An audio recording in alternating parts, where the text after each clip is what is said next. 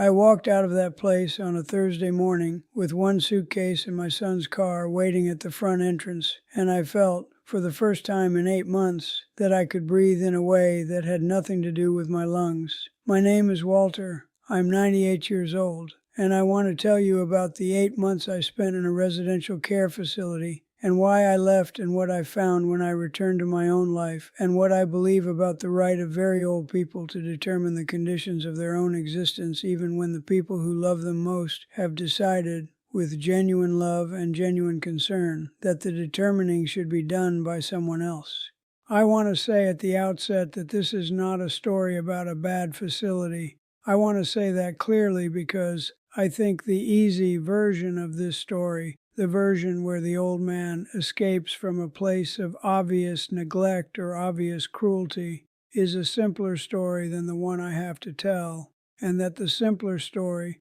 while it exists and while the account I heard from Rose that I shared previously is a genuine example of it, is not my story.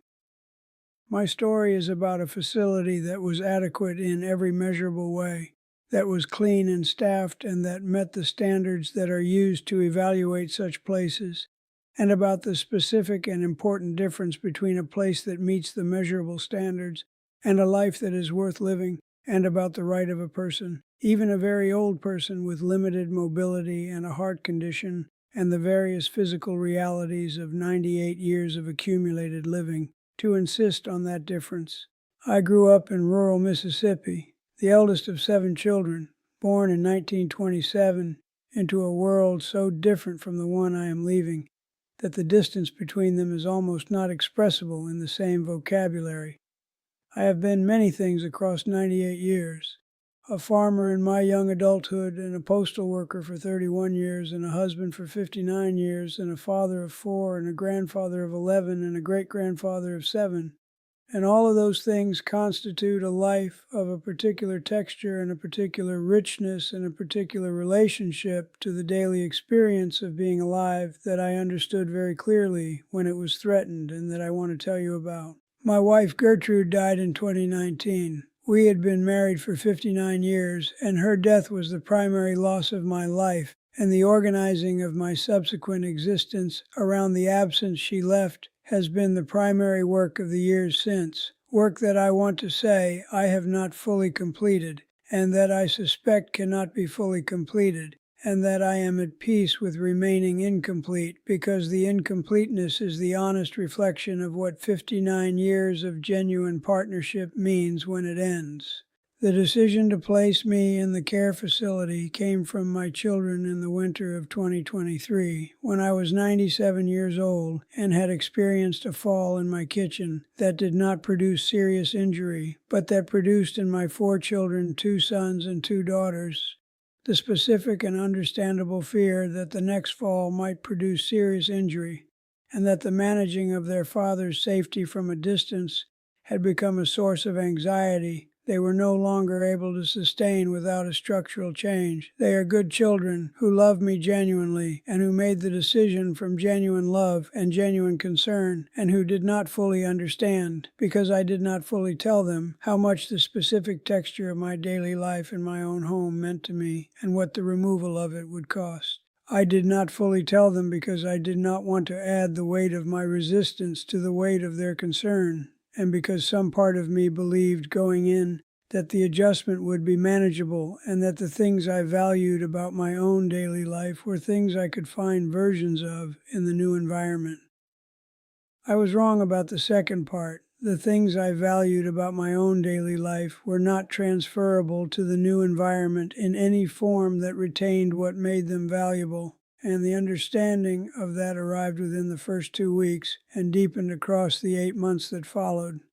I want to tell you what I lost when I entered that facility, and I want to tell it specifically because I believe the specificity is the most important part of what I have to offer. I lost my mornings. I want to say that first because the mornings were the primary wealth of my daily life, and I did not understand them as wealth until they were taken from me. My mornings at home began at whatever time I woke, which varied, and consisted of the specific and unhurried sequence of making my coffee in the kitchen that Gertrude and I had shared for 40 years, and drinking it in the chair by the window that looked out at the garden, and thinking whatever I wanted to think without any external organization of the time or any requirement that the thinking conclude at a particular moment because something else was scheduled. The mornings in the facility began at the time the facility determined they should begin, organized around the meal times and the care schedules and the various institutional requirements that a residential facility for many people inevitably produces. And the coffee was available at a specific time in a specific place, and it was adequate coffee, and it was not my coffee, and it was not my kitchen, and it was not my window in the garden. It did not look out at was not my garden. And the difference between those two mornings, which sounds like the petty preference of a difficult old man when I describe it this abstractly,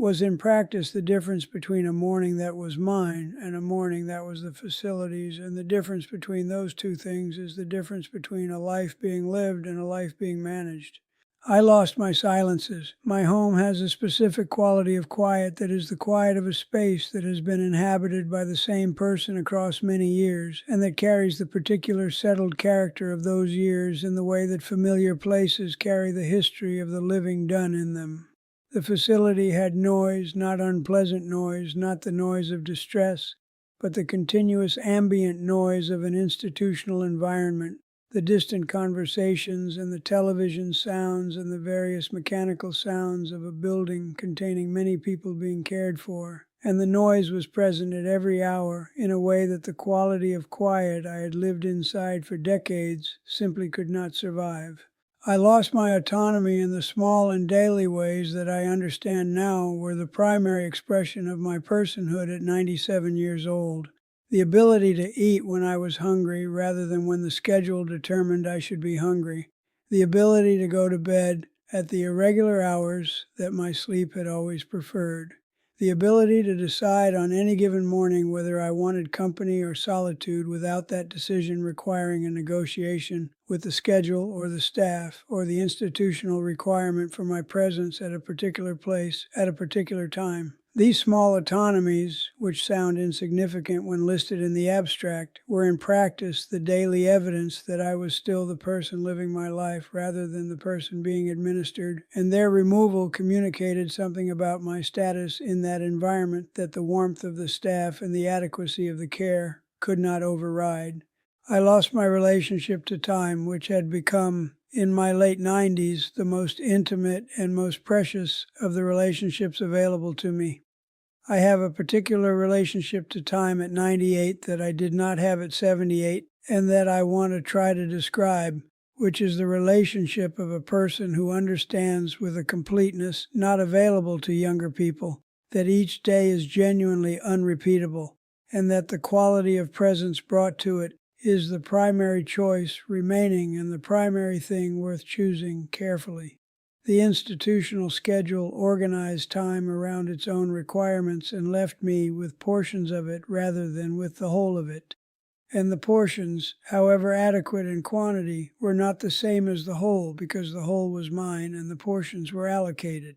I told my son David in the 5th month that I wanted to go home. I said it directly and without the apology I might have offered in an earlier version of my life, because at 98 I understand that the apologizing for the expression of a genuine and legitimate need is a habit of self-erasure that I have no remaining time for. David's first response was the response of a son who loves his father and who is frightened for his father's safety, which was to explain the reasons the facility was the safer option.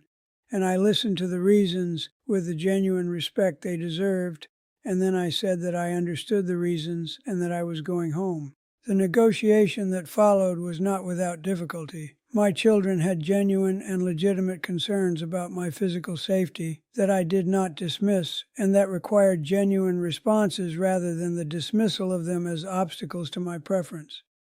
We arranged for daily visits from a home care worker, a woman named Patricia, who comes each morning for 2 hours and who is excellent company and genuinely useful, and who leaves me the remainder of the day in the specific form of freedom that my own daily life requires. We installed the various safety modifications that the Falls assessment recommended. We arranged the Thursday lunch with David and the Sunday calls with all 4 children that give the week a relational structure that the solitude does not diminish, but that the solitude makes possible to receive as genuine connection, rather than as the management visits they might otherwise feel like. I came home on a Thursday in the late summer of last year, and I sat in my chair by the window, and I looked at the garden, and I made my coffee at the time I wanted to make it, and I drank it in the silence that was mine, and I understood something that the 8 months in the facility had made unmistakable,